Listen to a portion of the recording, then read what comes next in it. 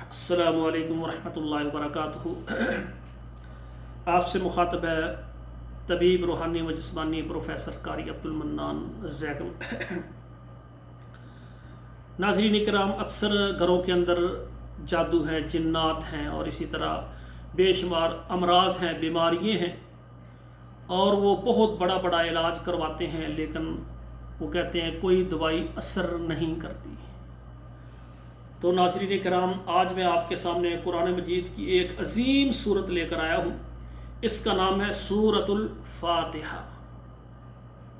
یہ قرآن مجید کی پہلی سورت ہے، سبع من المثانی والقرآن العظیم، 7 آیات والی، اور اس کو قرآن عظیم بھی کہا ہے، سورۃ الشفاء بھی کہا ہے اس سورت کو۔ تو میرے بھائیو، یہ جو سورہ فاتحہ ہے نا یہ تورات میں ہے، نہ زبور میں ہے، نہ انجیل میں ہے، یہ ہے صرف قرآن مجید میں۔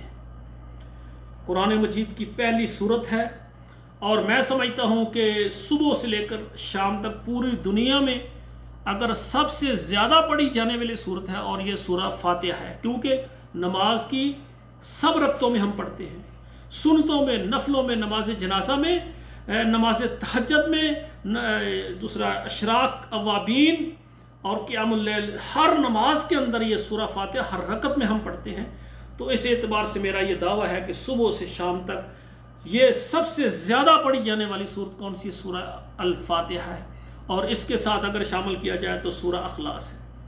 سورہ اخلاص ہر بندے کو یاد ہے، ہر بچے کو یاد ہے، جس کو قرآن نہیں بھی یاد اس کو بھی سورہ اخلاص یاد ہے۔ تو میرے بھائیو، آج میں گفتگو کر رہا ہوں یہ سورہ الفاتحہ پر۔ نبی علیہ السلام کے چند صحابہ کرام کہیں گئے، اور وہ ایک بستی جو ہے نا، اس کے بستی کے اندر وہ گئے، تو بستی والوں نے نہ پوچھا کہ یہ ہمارے پاس آئے ہیں، مسافر ہیں۔ پرانا جو طور طریقہ تھا نا، آج کچھ بدل گیا ہے۔ دوسرے شہر میں آتے ہیں تو ہوٹلوں پر کمرہ بک کرواتے ہیں اور ہوٹل سے کھانا کھاتے ہیں۔ پرانا یہ طریقہ کار نہیں تھا۔ مسافر آدمی کسی گاؤں کے قریب سے گزرتے اور وہاں ان کو رات ہو جاتی، وہاں انہوں نے ٹھہرنا ہوتا، تو گاؤں والوں سے کہتے بھی ہم مسافر ہیں، گزر رہے، تو وہ کہتے کوئی بات نہیں، 4 ہیں، 5 ہیں، 10 ہیں، ماشاءاللہ یہ تو اللہ کی رحمت ہے، آپ مسافر ہیں، ہمارے مہمان ہیں، آؤ۔ وہ ان کو بستر بھی دیتے، چارپائی بھی دیتے اور کھانا بھی دیتے۔ پرانے لوگ جو ہے نا، پرانے دیہاتوں میں بڑے مہمان نواز لوگ تھے۔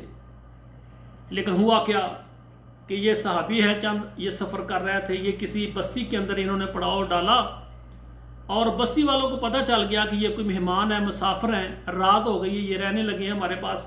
کسی نے آ کر یہ نہیں کہا بھی آپ کھانا ہمارے پاس کھائیں یا ہمارے گھر میں آپ رہیں، ہم آپ کے سونے کا انتظام کرتے ہیں، ہم آپ کو اچھا پانی پلاتے ہیں، ہم آپ کو دودھ پلاتے ہیں، ہم آپ کو کھانا دیتے ہیں۔ کسی نے نہیں پوچھا۔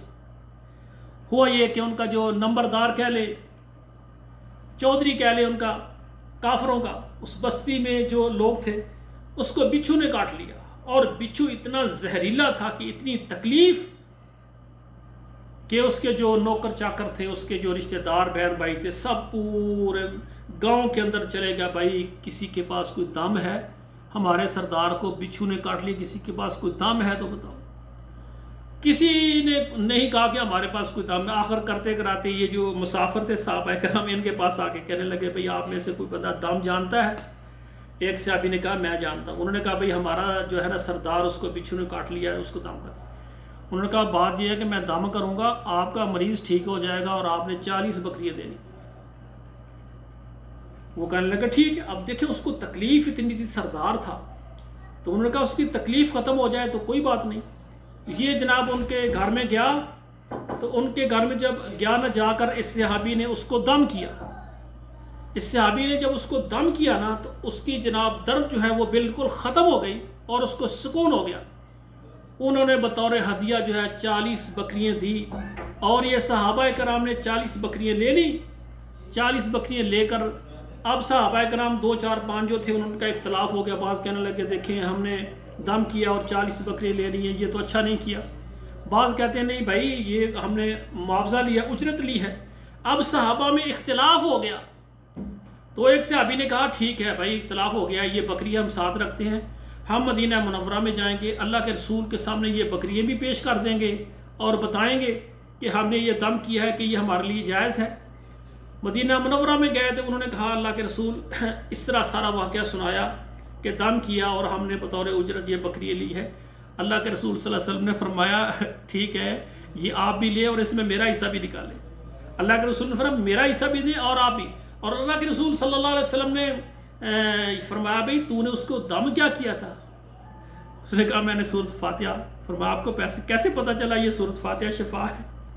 فرمایا یہ ہر قسم کی بیماری کی جو ہے شفا سورۃ فاتحہ میں ہے۔ تو میرے بھائیوں پوری دنیا میں جو مجھے دیکھ رہے ہیں کوئی بھی بیماری ہے جس کا دنیا میں علاج نہیں ہے، آپ سورۃ فاتحہ 7 مرتبہ اول آخر درود ابراہیمی 3 دفعہ پڑھیں اور صبح و شام پانی پر دم کر کے اس کو پلائیں مریض کو۔ انشاءاللہ تعالیٰ آپ کوشش کریں چند ماہ یہ لگاتار کریں، لا علاج مریض اللہ کی مہربانی سے ٹھیک ہو جائے گا۔ مزید اگر کسی قسم کا مسئلہ ہو آن لائن ہماری خدمات موجود ہیں، ہمارے واٹس ایپ نمبر پر رابطہ کریں، انشاءاللہ اللہ ذوالجلال تمام بیٹیوں اور بیٹوں کو شفائے کاملہ عاجلہ عطا فرمائے۔